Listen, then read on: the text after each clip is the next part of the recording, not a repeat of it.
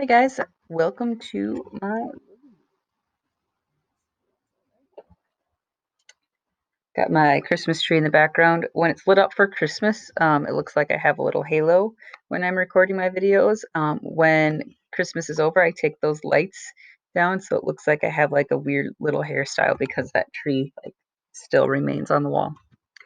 All right. So normally when I introduce the unit of Africa, I have students take 5 to 10 seconds to think about what they picture in their minds when they think about Africa. So I'll give you guys the same opportunity.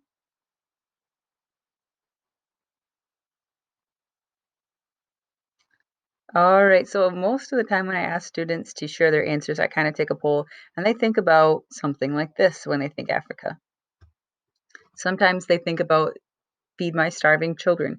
We want to be very careful when we're talking about Africa. This is a huge continent and it's very, very culturally and geographically diverse. So we want to make sure that we recognize that, acknowledge it, and keep coming back to that as we study this continent. So go ahead and put this heading in your notes, Diversity of Africa. We're going to go through a few pictures and then we will write down the important stuff. So Africa is geographically diverse. This is a huge, huge, huge continent, a huge, vast area of land. And in northern Africa, we have the Sahara Desert, we have Egypt, a little further south, the Sahel, which is like a semi-arid region. Um, in the east, we have the Horn of Africa, we have Mount Kilimanjaro, the Great Rift Valley, and then more towards the center, south area, we have the Okavango River Delta, the Congo rainforest, Namibia, which is this weird sort of desert next to an ocean thing going on. And then in South Africa, we have these beautiful coastal plains, mountainous areas. So there's a lot of different stuff going on geographically in Africa.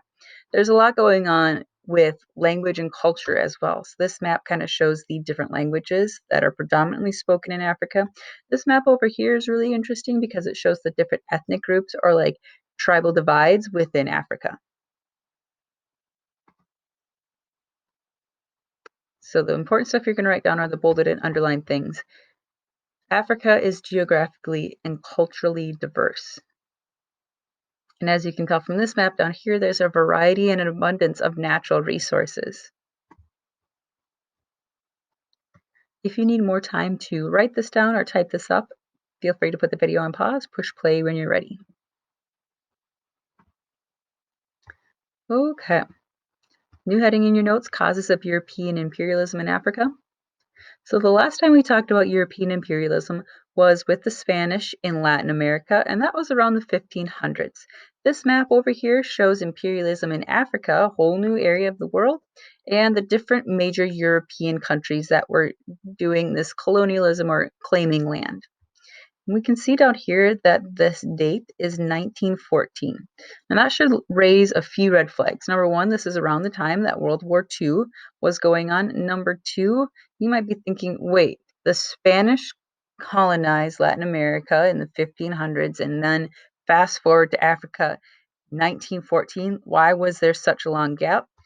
Here's why. Around this time, the global society started shifting from an agricultural focus to industry.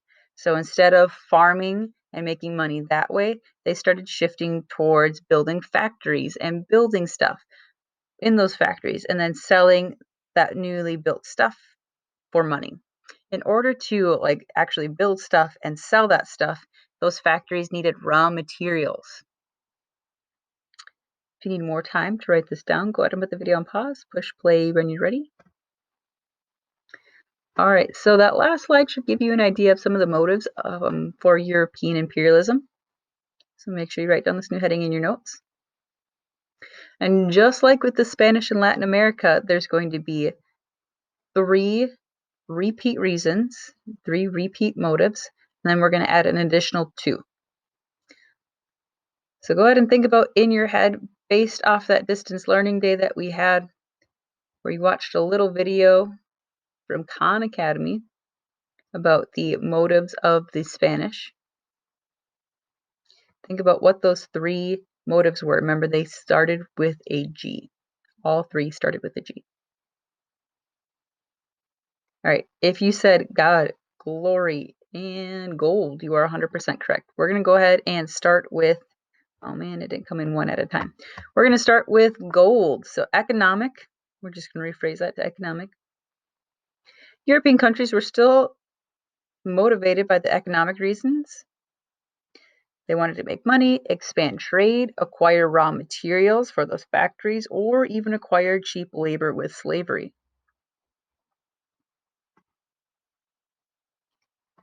Political.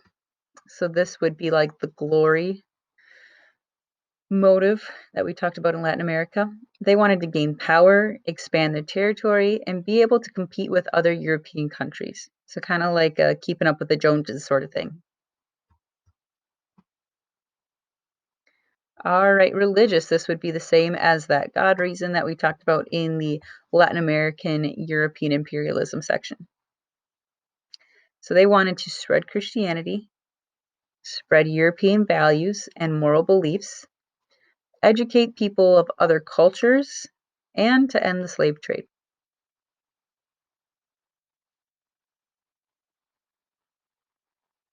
So these should be very familiar already from our Latin American unit. Economic would be like the gold, political would be like the glory reason, and religious would be the God reason. All right, we're going to go ahead and add two more. Exploratory.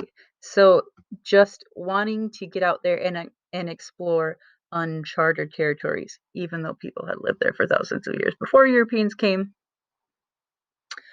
They also wanted to explore for scientific and medical research, looking for cures for diseases, new species of animals, and just for pure adventure.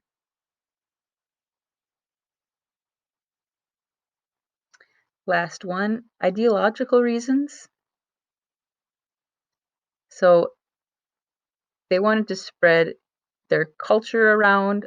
They believed that the white race was superior, other cultures were primitive or like subhuman in a way, and Europeans should civilize people in other parts of the world.